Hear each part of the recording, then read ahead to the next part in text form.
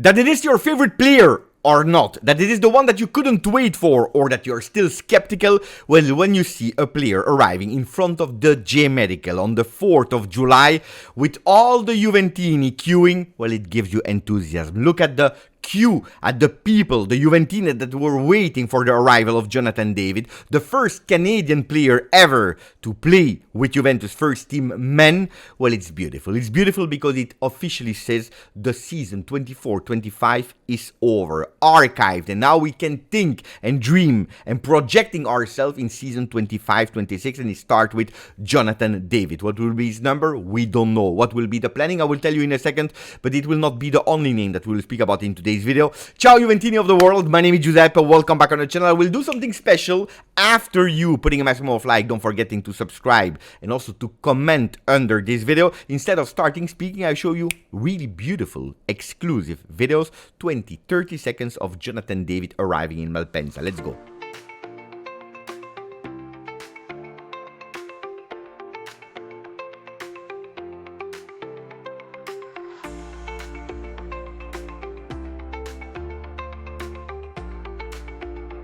So as you see, he didn't arrive in Caselle in Torino, but first in Milano, Malpensa, taking the car with Juve staff to arrive in La Continassa immediately to the J-Medical to do or the entirety or a first part. I don't know yet sure how the planning looks like for the medical test. He already signed a few autographs. We are waiting for after the medical so that he can do even more, and maybe we can already discover the number that he will sign after his name. That's always something that makes me extremely curious.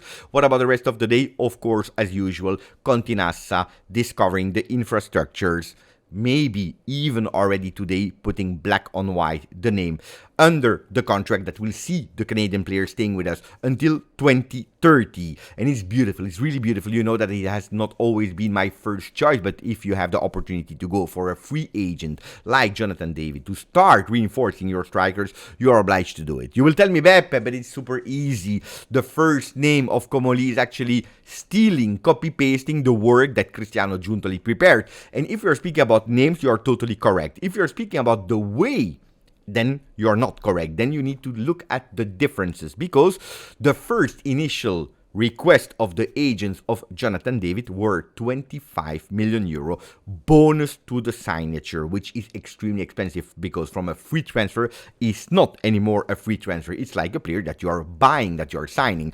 Cheap if you are looking at prices from other striker, but still a big investment. Well, Damien Comoli, what did he do? Working on taking back the file, opening, looking and going in contact with the player, with the entourage, was able to convince the player, and the player was able to convince Juve, because it worked in both ways, that that was the only right solution. Jonathan David, Juventus, Jonathan David, but not anymore at the 25 million euro initial request, but much lower. They are speaking to me, they are telling to me, and we will see it later today about the official numbers, 1/3 of the initial request. That could be 6-7 million euro bonus, a bit the salary that they will have, that at the moment there are voices about 5.5 with bonus for 4 years. So actually, if you're speaking about the financial strategy, it was a good one that will free up space for other investment, because Juventus Football Club, they need to continue to invest. Is he a good player or not? Yes, he is a good player. I told you I'm still not 100% convinced that he is the number one starter that can elevate the entire offensive lineup. But on the other side, the expectation on David, it will depend also on who will be the next striker next to him. Because if you continue with Dusan Vlahovic, and we'll speak about Dusan Vlahovic in a second, well, we can say that the expectation on Jonathan David will be crazy hell, because a lot of expectation will be on him, because he will be the undubious striker of 2025-26. So it's a player where a lot of people will look at, and if he's not scoring for 3 games, the first negative voices will start. On the other side, if you go with an extra player like Osimhen, the pressure on Jonathan David will not be the same, because everything will shift and move towards the Nigerian player. So it depends on who will be the co-striker of Jonathan David. They can play together, they can play in a rotational way. On the other side, if you stay with Colomani, that is still an option for Juve, even if pay attention for the pressure of Chelsea, because Chelsea is really strong on the player. Actually, they can even give the money to Paris Saint-Germain, the money that they want, and I can even give you a backstage on that in a second. Well, If it's on Colomani, I believe that the pressure will be divided between the two players, between the French and between the Canadian player. What can we know? That in the last 3 seasons at Lille, well, he scored 77 goals, 26, 26, and 25 in the last season. He scored 26 penalties, but extremely important on these 26 penalties is that he was actually able to have these, or actually to provoke this penalty 12 times, which is absolutely great, because 12 times on 31 penalties, because he missed 5 in the beginning of his career at Lille. Well, we can say that on 31, 12 penalties that came from him, he's also someone that is going and provoking some penalties. Then, of course, in Italy, will they give this penalty to Juve? But that's a different discussion. Where is he ranking comparing to the strikers in Italy? Lautaro, 79 goals, 77 for Jonathan David. You see a gap of only 2 goals. One is already playing in Serie A, the other one will start, so of course it will be a step up. On the other side, Dovbyk, that played in 3 different leagues, in 3 different clubs in the last 3 years, 71 goals, 52 for Lukman, and then you have at 49 Lukaku, you have Retegui, but also Dusan Vlahovic, and there the gap is really, really huge. Is he the perfect player? No, he's not, and that's why I wanted to look at an expert of French football, an Italian journalist that is called Oscar Damiani, today wrote an article on Tuttosport explaining us, describing us Jonathan David, physical and a lot of charisma, a lot of leadership, and he will be scary for the Italian defense, which is also the title of Tuttosport today. He can play as a first striker, he can play as a second striker, but we need to give him time.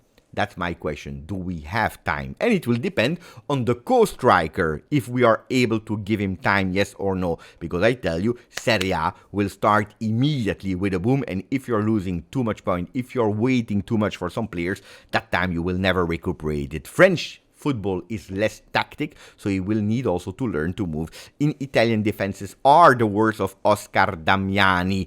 Then, the first title of Tuttosport is David is scary, but also Dusan Vlahovic is scary. We know that we have a huge, big, difficult situation there because the player, after some reactions that were not appreciated and described as childish on Instagram, with the number 9 confirming that he is the number 9 of Juve, has absolutely no intention to leave a single penny to Juve, and he's even ready to stay at Juve even if he's absolutely out of project and probably not welcome. The agent will be in Torino to discuss with Juve. They are thinking about different solutions. One of the solutions that has been reported, but according to me, not exactly the intention of Juve at today, is that they could possibly extend 1 more year the contract of Dusan so that he can be loaned out. Another solution that I still don't think is possible is breaking the contract so that actually he's free with an exit bonus for Dusan Vlahovic.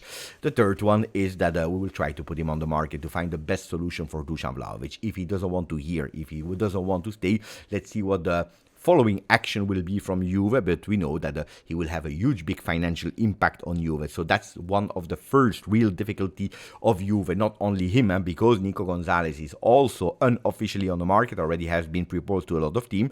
He doesn't want to leave. He's feeling good at Juve, like Weah, like Mbangula, but pay attention because Weah, there are possibilities, and probably today we will hear more from a Marseille that is extremely interested in the French player, and for the first time, not French player, USA player that played in France at Lille. For the first time, we hear from Weah that is opening the door to possibly go from Italy to France, to go to De Zerbi, that is looking to build a team that is able to compete a bit in Champions League, to at least go over the group stages that we know are extremely difficult. We don't give up on Chico Conceição. A lot of people that are thinking, hey, it's or Sancho or Chico.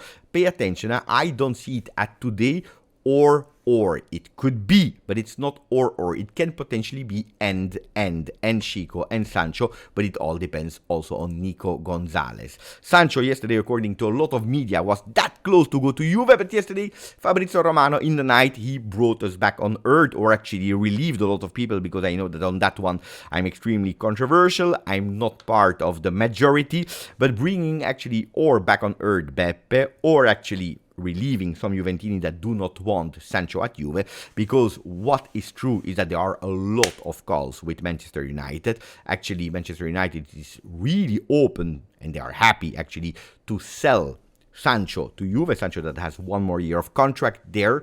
The only thing is that at the moment they don't agree on the bonuses. If the player is even ready to decrease his salary to a 5.5 net, he's asking for a lot of bonuses, 3 million euro more or less, and actually even easy to achieve, like for example a qualification to Champions League, where Juve says 3 million is way too much, and on top of that, it's not because we qualify to Champions League that we need to pay 3 million extra. If we win the Serie A, why not? Even if 3 million is still too much, but 3 million for qualifying to Champions League, no. So they are trying to find a solution, and that's why they continue to talk with Manchester United to maybe buying Sancho from United, where United could give an exit bonus to Sancho. Could be 2 million, could be 3 million, to actually make sure that that first year is not losing too much from that transfer from one team to another team. So that's one that we need to closely follow. If there is no agreement of salary, it will collapse.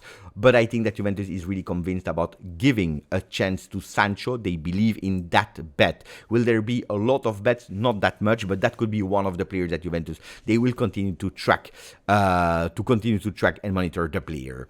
Then we heard about a lot of players from Inter possibly going to Juve, like Çalhanoğlu, like Marcus Thuram, pay attention to that name, but also to Denzel Dumfries. According to what I know, Çalhanoğlu would love to go to Galatasaray. What I heard about Dumfries is that there is even an interest from Barcelona, where the player would not be totally against it.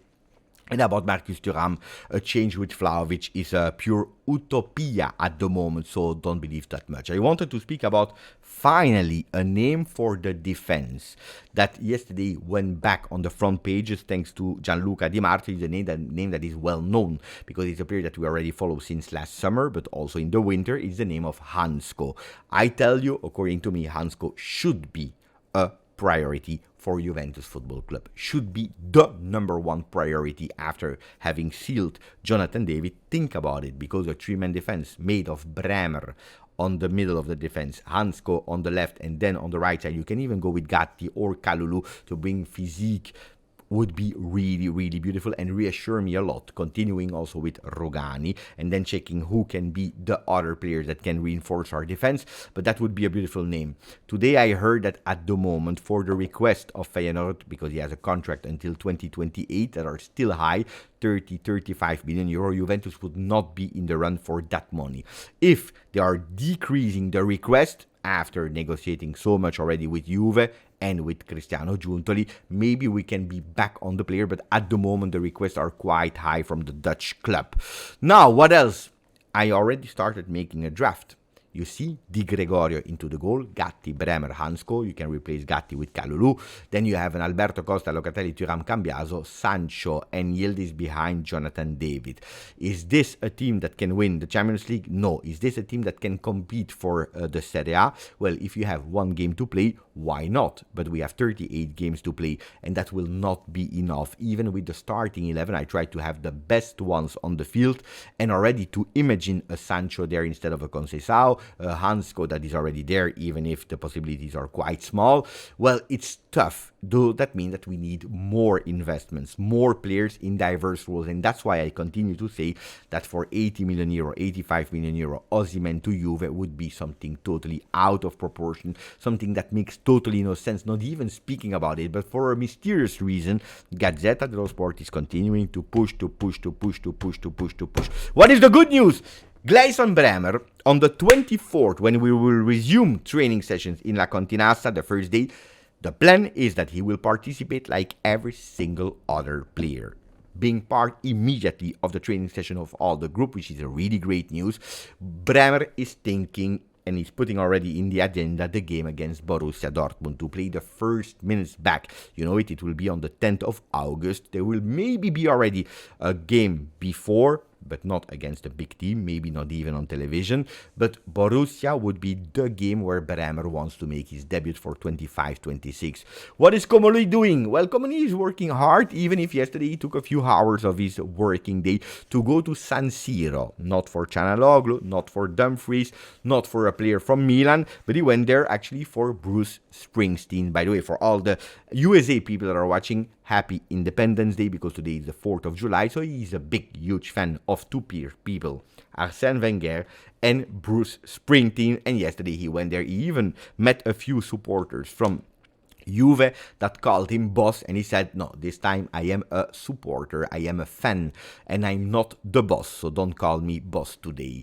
Juventus is also thinking about management, is also thinking about technical staff, like for example Francesco Bordin, that could integrate the staff of Tudor, a contract until 2027, according to Nicolo Schira. If you ask yourself, who is Francesco Bordin? Well, he is a 39 years old Italian that was match analyst in the youth of the Nazionale Italia under 19, under 20, under 21, before having an experience also a youth coordinator and then manager at Montebelluna in Serie D, before last year actually and 2 years ago, because since 2 seasons he's a technical coach at Venezia. He could possibly reinforce Juventus team. I mean, the team of the staff of Igor Tudor that we know that was one of his requests. I want my staff to be bigger with more persons. Let's see. Guys, what else? Wait for the live today. Wait for the live today. If you didn't yet, please put a maximum of like, continue to subscribe. Grazie, forza, Juve.